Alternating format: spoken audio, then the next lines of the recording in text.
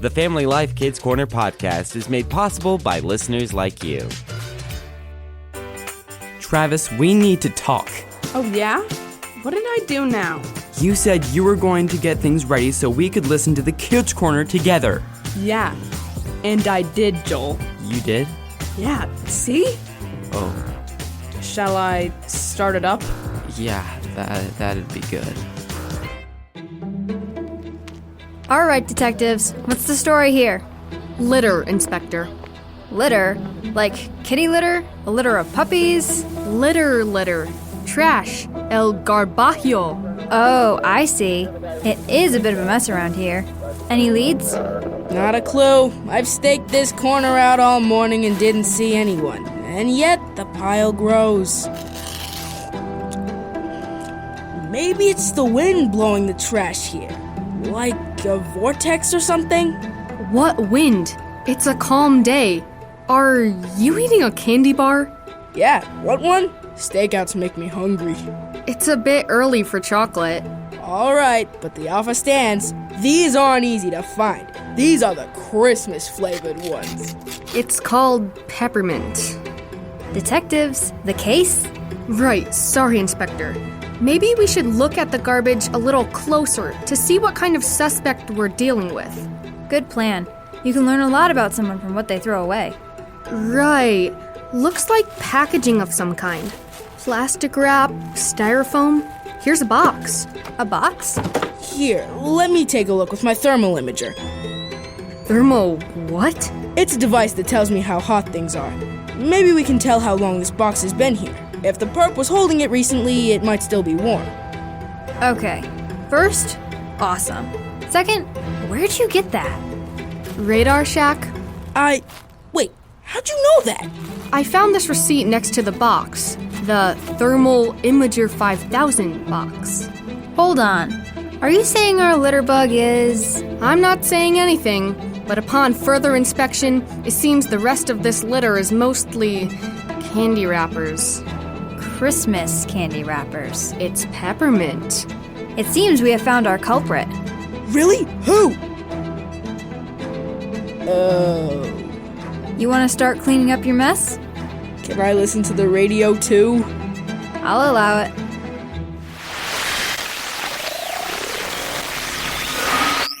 Hey, kids. You look tired. Hi, Mr. Jacobs. Yeah, we've been picking up garbage all morning. All morning? It's barely 8:30. Yeah, our church likes to get a head start before the roads get too busy. Your church? Maybe we should start from the beginning. Yeah, sorry. Monica and me go to the same church, and we have, what does the pastor call them? Litter pilgrimages? Yeah, he's been talking about how God made man to take care of the earth and how a lot of the time we don't do a great job with that. Well, he's right there. Yeah. So anyway, we've been learning how to clean up our mess, and part of that is going out with trash bags and gloves and, picking up litter and stuff. Commendable. Hey guys, what's with the bright vests? Are you going hunting or something?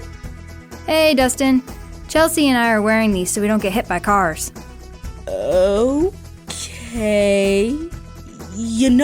Walking on the sidewalk makes that a little easier, right? We were cleaning up garbage in the street. That makes a lot more sense. Seems to have worked.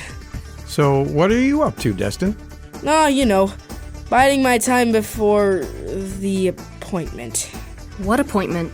I have to go to the dentist. I've got to get some fillings. You have cavities? Yeah, a few, and don't judge. It's not my fault I have cavities. It isn't? Absolutely. You think I want to get fillings? You don't need to want them to be responsible for them. I'm not responsible. We know, else you wouldn't have cavities. Wait, no, that's not what I meant. Yeah. Want to start up the radio, Chelsea? Sure.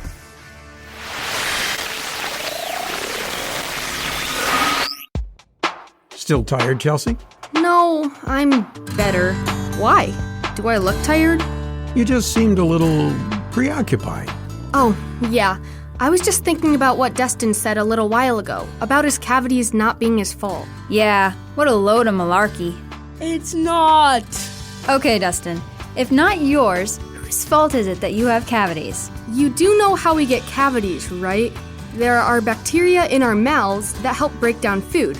And when food sticks to our teeth, sugary foods especially, the bacteria can break down our teeth too. That's why it's important for us to clean our teeth and not eat a lot of sugar. Whoa, where'd you learn all of that? At the dentist's office, it's common knowledge. Well, now that we know where most cavities come from, how about it, Destin? Who's responsible for keeping you from following this advice? Or didn't you know all of this? I knew all of that, guys. Come on. He's stalling. Fine. How about we start with my parents? Your parents didn't buy you toothpaste or a toothbrush? No, they did. But you know what else they buy me? Sugar. It's the summer. It's ice cream, popsicles, and s'mores. In the spring, it's Easter candy. Winter's got all of these cookies and hot cocoa. And don't even get me started with all the candy and pies we have in the house in the fall. I mean, sure, but it's the same thing in my house, and I don't get cavities. Not one? Not yet. I brush my teeth and floss every day, though, so that's probably what's different. Well, obviously your dentist made it much more clear to you that it was important to brush and floss than mine did. Oh? Did your dentist say it wasn't important? No, but obviously she didn't make it clear enough. I mean, if I had known how serious it was, I would have listened. Would you, though? Okay. I think it's pretty clear what's going on. It is? Yep. It's the same thing that's been going on since the beginning of human history. People haven't been brushing their teeth since the beginning of human history? Yeah, I'm not sure where you're going with this. How about I get a drama script to explain? Never a bad time for that. And we'll listen to the radio.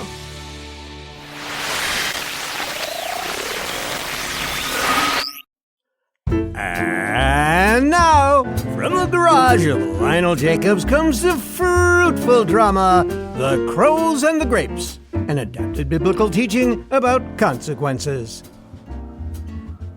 Once upon a time, in the lush hillsides of crystal clear Lake County, there was a murder of crows. It's just my dad, sister, and me. Little more than a scuffle, really. One day, the father crow had an announcement. All right, kids, it's time to visit a very special place. Where's that, Dad? The dump? The park? The dumpster behind the McTaco King? Those are all the usual places. They aren't special. No, this is a place that you two have never been to. Sour Hill Vineyard. Follow me. And so the crows flapped off to the vineyard and lit upon one of the trellises. So, Dad, what's with the name Sour Hill? Beats me. How about these grapes? Try some.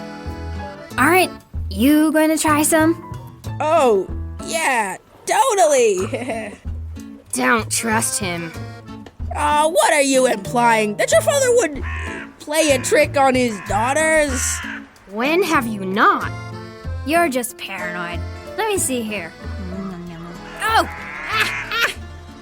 What is it? What's wrong? Sour! Sour! I knew it. I knew you were up to no good. You did, and I was. Dad! Okay, mister, your turn. Don't mind if I do. But I'd better warn you. Oh, now he warns us. For real this time. These grapes are so sour that the taste affects more than just the one who eats it. What are you talking about, Dad? It's science, trust me. The sourness is so sour that if I eat a grape, then you two will taste it as well. What? No! It's gonna take forever to get the taste out of my mouth. Don't do it to me again! That can't be real. One way to find out. Here we go. No! Dad, stop! It's not real. It's not real. Down the hatch. No!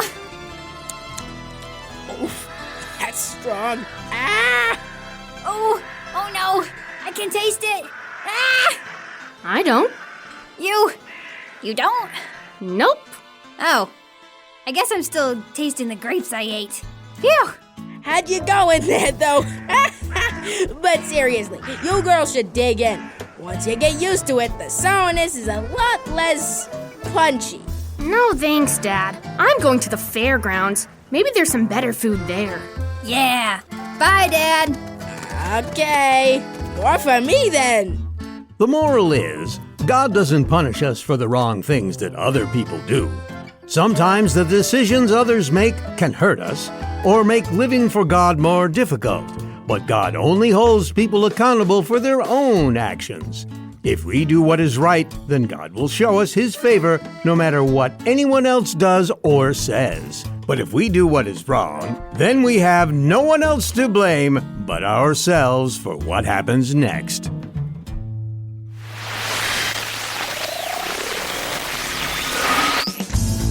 Mr. Jacobs, I have some questions about the drama and what we've been talking about this morning. Sure, Chelsea, what's up? Well, first, I guess I'll talk about the drama.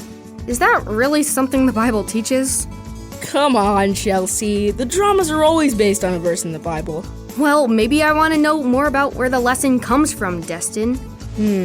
I guess that's okay. Thanks for your permission, Destin. The verse I based the drama script on was Ezekiel 18.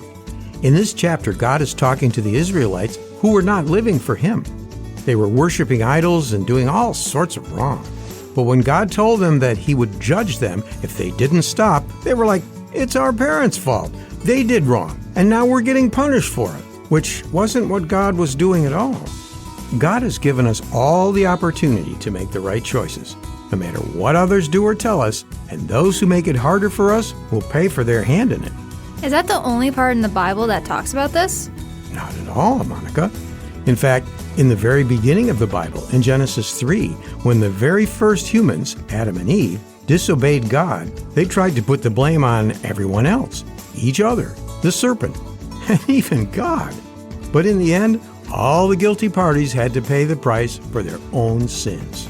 Okay, wait though. If we aren't punished for what other people do, then why are we still suffering from what happened in that story? Yeah, because Adam and Eve disobeyed God, the whole world is a mess, and it's not our fault. Good question. From what I can understand, there's a difference between consequences and punishment. Punishment is when something wrong is paid for. God makes sure that this happens, and it's only His gift of dying on the cross for us that can save us from getting what we deserve. Like it says in Romans 6:23. Did that answer my question? I don't think so. I'm getting there. Consequences are just what happens when a choice is made. If you make good and wise decisions, good things result from them. If you make bad or foolish choices, terrible things can happen. And unlike punishments, consequences can affect others. That's why God tells us in passages like 1 Corinthians 10 and Mark 9 that we need to be careful that our own choices don't hurt those around us or make it hard for them to live for Him. So, would you say my cavities are punishments for not brushing my teeth enough? Or the consequence of not brushing my teeth? But your parents are paying for the fillings. Yeah. So one last question, Mr. Jacobs. What can we do to not get bad consequences? Or punishments? Or whatever? Not do bad stuff? Thanks, Chelsea. The Bible gives us a few ways to avoid doing what is wrong, Monica. And the first thing that comes to mind is to draw close to God. Like He tells us in John 15. Okay, but how? According to that chapter, by loving others, obeying God's commandments, and not just reading the Bible, but letting it change how we live. That makes sense. Yeah, but you said there were other ways? I can think of one more. And that's what we read in verses like Luke 17:3 and James 5:16. God calls us to help each other stay on track. If we see a fellow believer doing what is wrong, God tells us to tell them to stop, holding each other accountable, not out of the spirit of judgment, but speaking the truth in love, so that they can be brought back on track. So we need to let people tell us what we're doing wrong and be willing to listen. It's a humbling experience, almost as if God wants us to be humble or something. Yeah. Would you guys do that for me? I could use some help getting into the habit of taking better care of my teeth. Sure. I'm not sure that's what Mr. Jacobs was talking about, guys. It's a good first step. Are we done listening to the radio? Yeah, I'll get it.